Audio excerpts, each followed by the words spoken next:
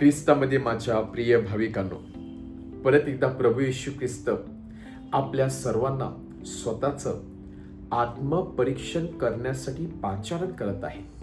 हे आत्मपरीक्षण कशासाठी?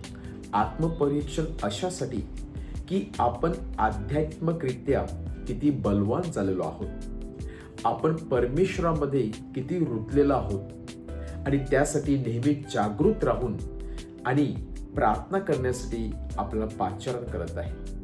कारण जर एखादी व्यक्ती आध्यात्मिकरित्या कमकुवत होत असेल तर त्यासाठी काय कारणीभूत असते? त्यासाठी कारणीभूत म्हणजे हे जग आणि जगातील आकर्षित वस्तू, व्यक्ती जे माणसाला कधी कधी आध्यात्मिकरित्या पांगळे बनवत असते, कमकुवत बनवत असते. आणि म्हणूनच सैतान या जगातील गोष्टीचा वापर व्यक्तीला परमेश्वरापासून दूर नेण्यासाठी करत असतो, व्यक्तीला आध्यात्मिकरित्या पूर्णपणे पांगळे बनवत असतो किंवा कमकुवत बनवत असतो.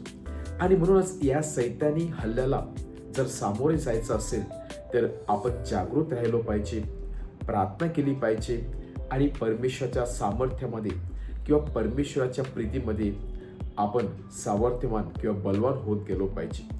आणि म्हणूनच प्रभू येशू ख्रिस्त आजच्या शुभवर्तमानात आपल्याला सांगत आहे की तो दिवस अकस्मात येऊ नये म्हणून नेहमी जागृत असा, प्रार्थना करा. कारण या जगातील अनेक अशी गोष्टी आहेत जो आपला आत्मा पोखरत असतो, जो आपल्याला निर्जीव बनवत असतो, जो आपले जीवनसत्व पूर्णपणे काढून घेत असतो. आणि विशेष म्हणजे नेहमी आपल्याला सतावत असलेली चिंता, आपल्या मनातील वेगवेगळे कष्ट, दुःख माणसाला परमेश्वरापासून दूर घेऊन जात असतात आणि अचानक भस्म करत असतात. आणि हे चिंता, हे स्ट्रेस जे लेवल असते हे सैतान आपल्याला देत असतो. वेगवेगळ्या जगातून, वेगवेगळ्या कारणातून, वेगवेगळ्या व्यक्तीद्वारे, वेगवेगळ्या वस्तूद्वारे तो सैतान आपल्यावरती हल्ला करत असतो आणि आध्यात्मिकरित्या आपला कमकुवत बनवत असतो, परमेश्वरापासून दूर घेऊन जात असतो. आणि म्हणून प्रभू येशू ख्रिस्त सांगत आहे, जरी जीवनामध्ये चिंता असली, जीवनामध्ये टेन्शन असलं, स्ट्रेस असलं, तरी आपण या सर्व गोष्टी प्रभू येशू ख्रिस्तावरती ठेवण्याचा प्रयत्न केला पाहिजे. कारण प्रभू येशू ख्रिस्ताने म्हटलेलं आहे, आपल्या डोक्यावरील केसाला देखील धक्का लागणार नाही. आकाशातील पाखराकडे पहा, त्याला देखील परमेश्वर भोजन देत असतो, फुलांना रंग देत असतो. तर आपण तर किती मौल्यवान आहोत. आणि म्हणूनच कधी कधी जास्त चिंता करून, स्ट्रेस घेऊन आपण परमेश्वराची परीक्षा पाहत असतो. या उलट आपण आपलं जीवन परमेश्वराच्या हातामध्ये सरेंडर किंवा सपोर्दित करायला पाहिजे.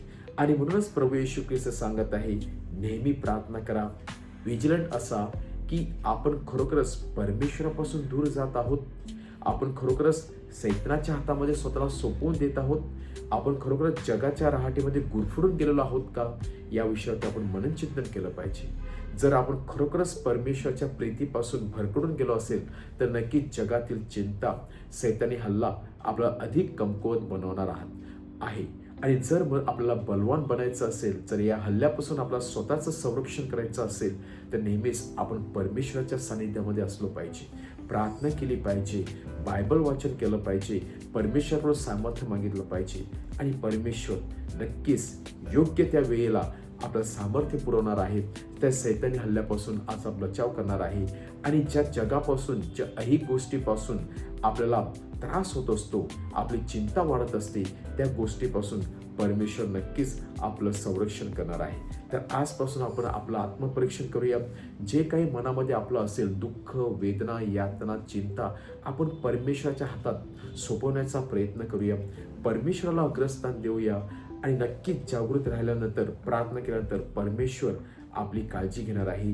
परमेश्वर आपल्या योग्य त्या वेळेला आपली साथ देऊन आपला बचाव करणार आहे. परत एकदा परमेश्वरावरती विश्वास ठेवूया, त्यांनी या दिलेल्या दिवसाबद्दल धन्यवाद देऊया, आत्मपरीक्षण करूया आणि परमेश्वराच्या त्या वर्तुळामध्ये, प्रीतीच्या वर्तुळामध्ये राहण्याचा प्रयत्न करूया. आमेन.